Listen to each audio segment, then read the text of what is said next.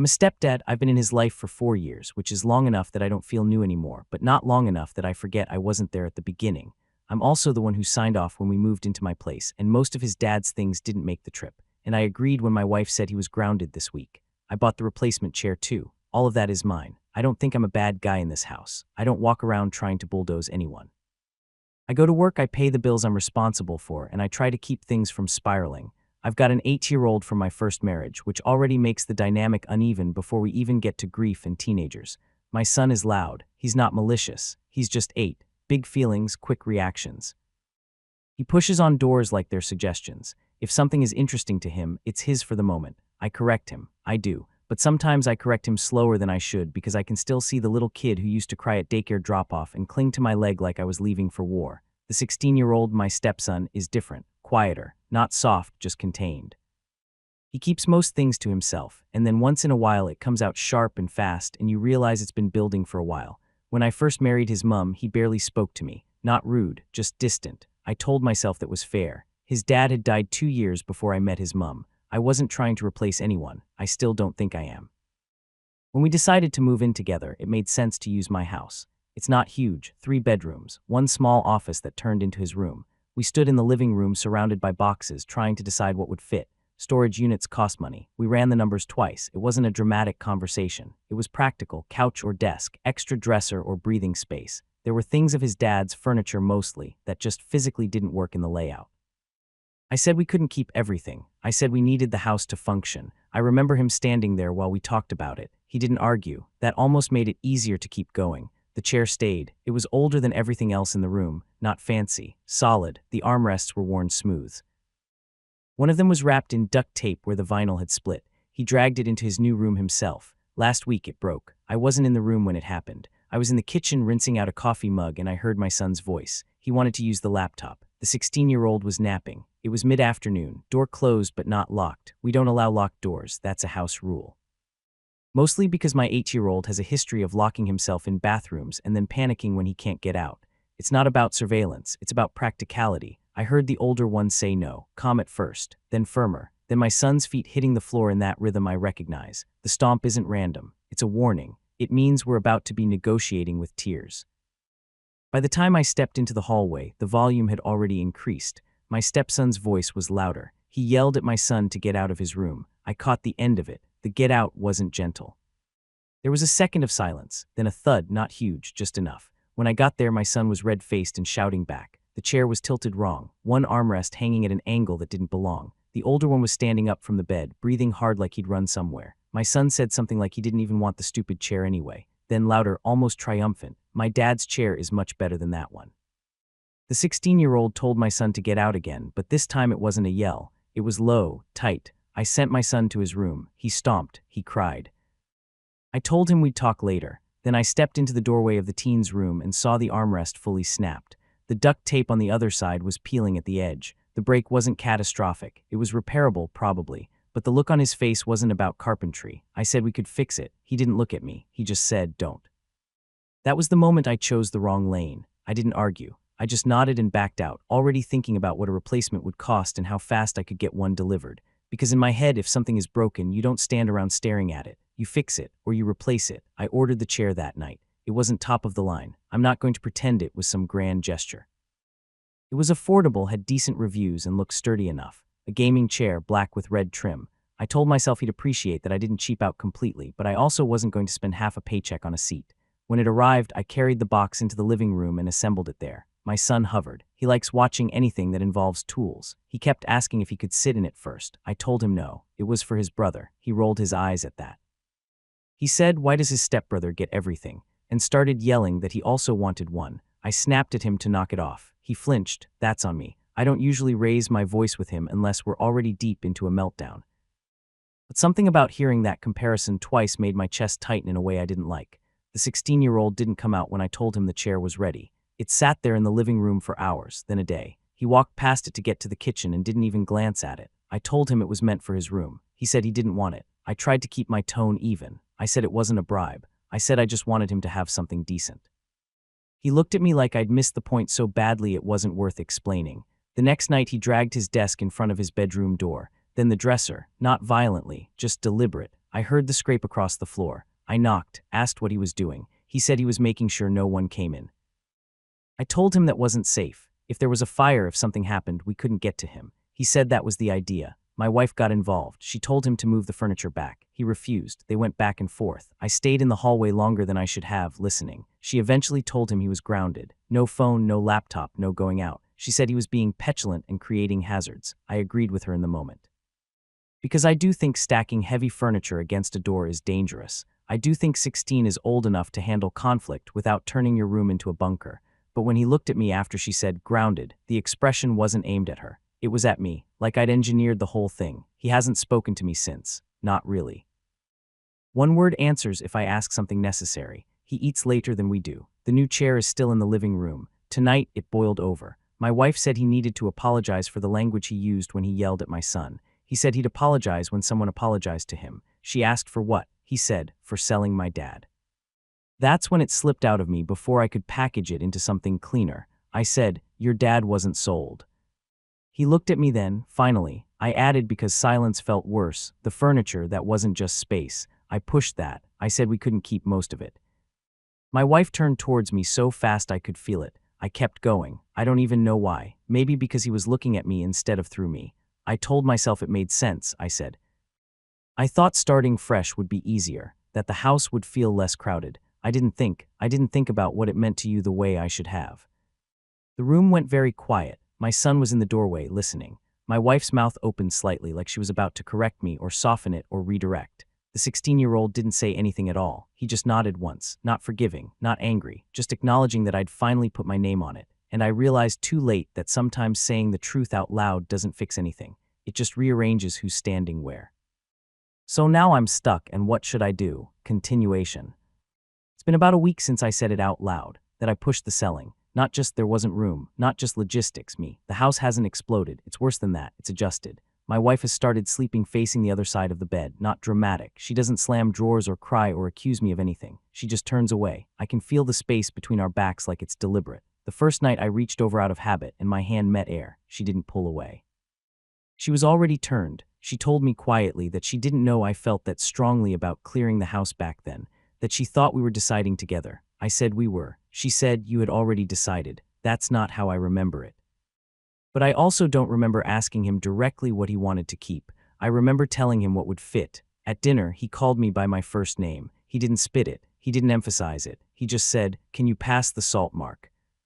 He's never called me that to my face before. It was always nothing, or hey, or just eye contact and a nod. My son noticed. Kids notice tone before words. Later that night he wrote "Do not enter" on printer paper in thick marker and taped it to his bedroom door. The letters were uneven. He stood back to admire it like he'd built something. The 16-year-old stopped blocking his door with the dresser. He moved everything back where it belonged. If you walked past his room now, you'd think nothing had happened.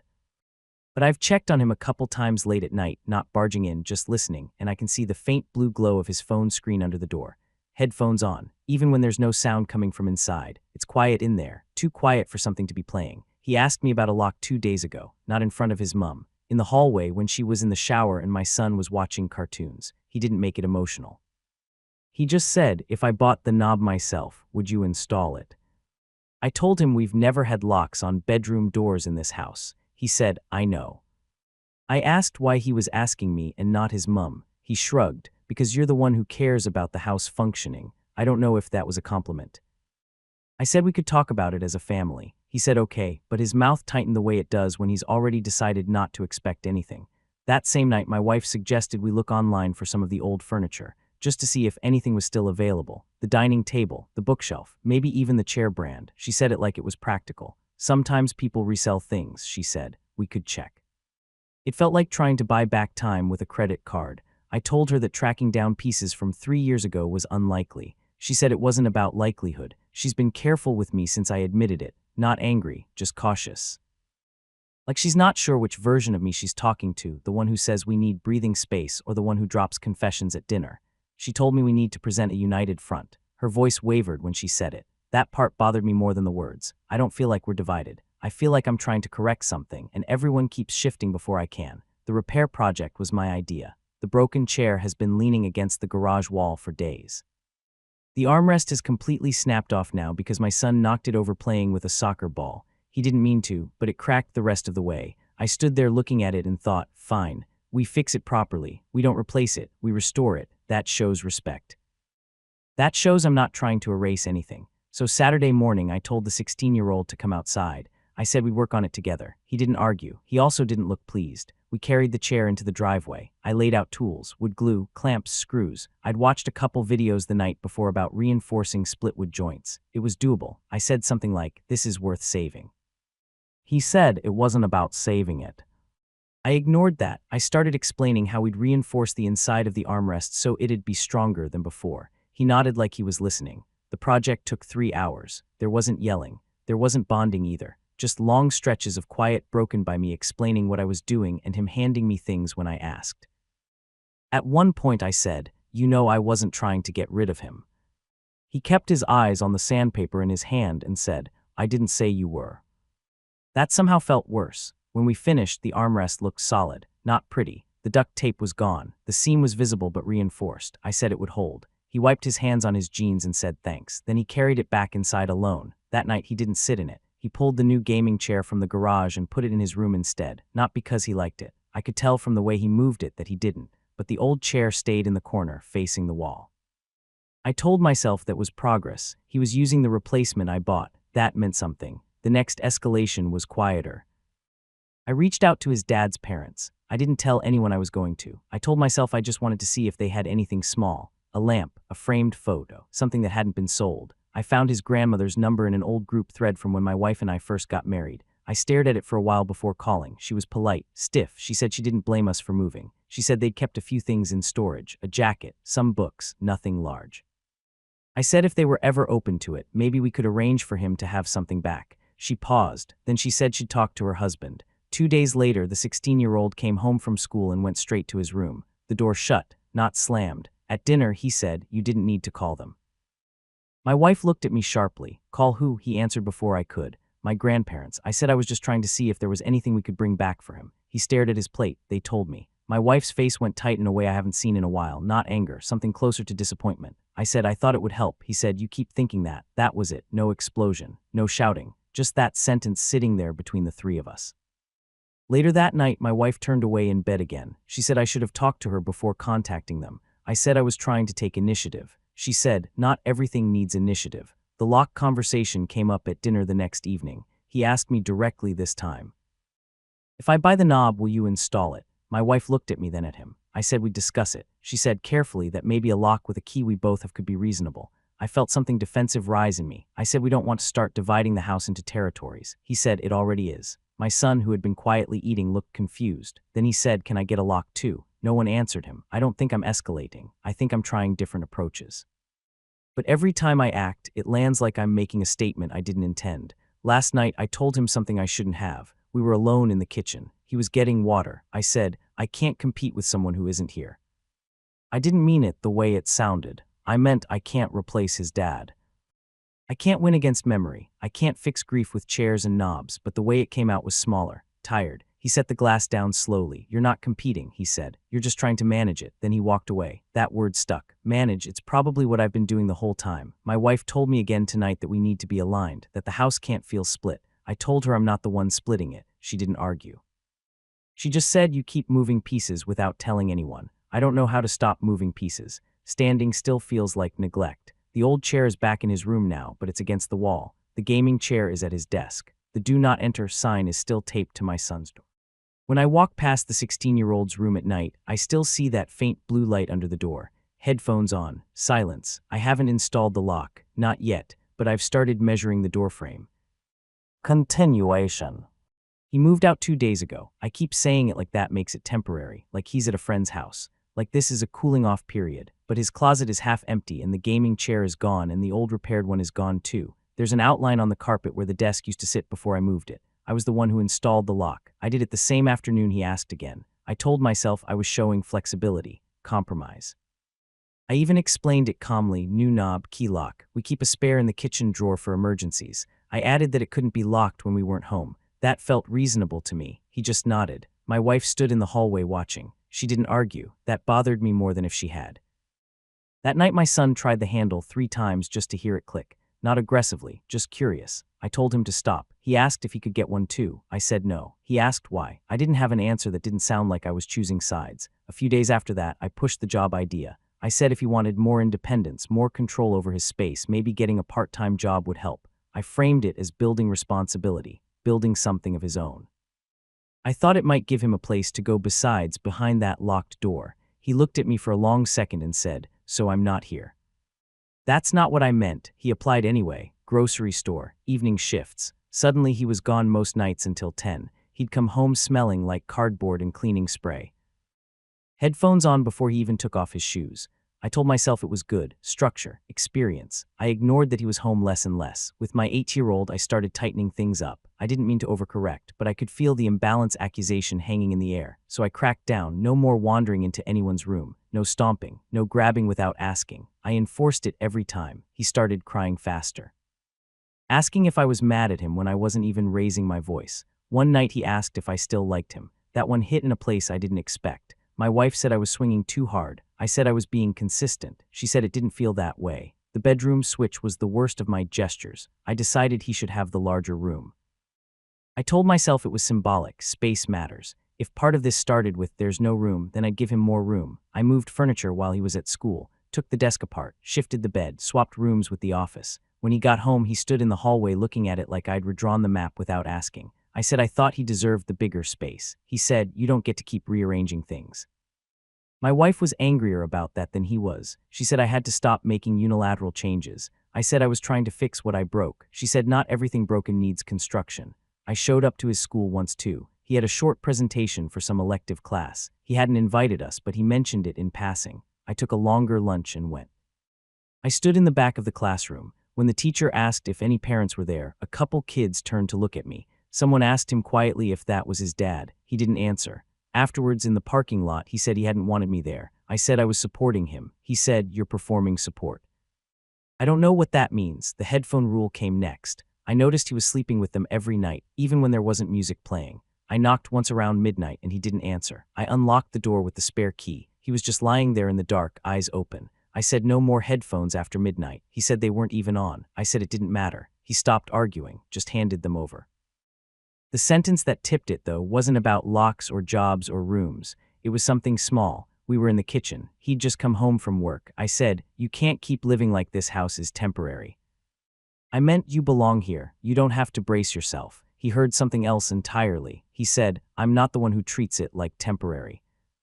Then he walked upstairs. 2 days later, he told us he'd been talking to his grandparents, not accusing, just stating. He said he wanted to live with them for a while, finish out the school year there. They had space. They had room. My wife's face crumpled. She asked if this was about us. He said it was just about us. That word again. I expected her to push back, to say no, to say we'd work through it here.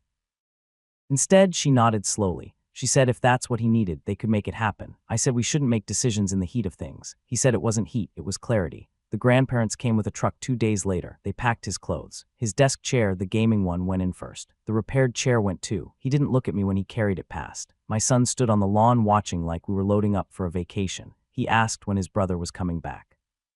No one answered him directly. When the truck pulled away, the house felt larger. Not lighter, just larger. My wife hasn't turned away from me in bed since he left. She just lies there staring at the ceiling. She said we did what he asked.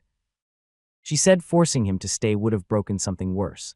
I asked her if she thinks I pushed him out. She didn't say yes. She didn't say no either. I keep replaying it, trying to find the exact moment where this stopped being normal conflict and started becoming departure. Was it the lock, the job, moving the room, calling the grandparents, showing up at school, taking the headphones, that sentence in the kitchen? I don't think any single thing should equal moving out. Families fight.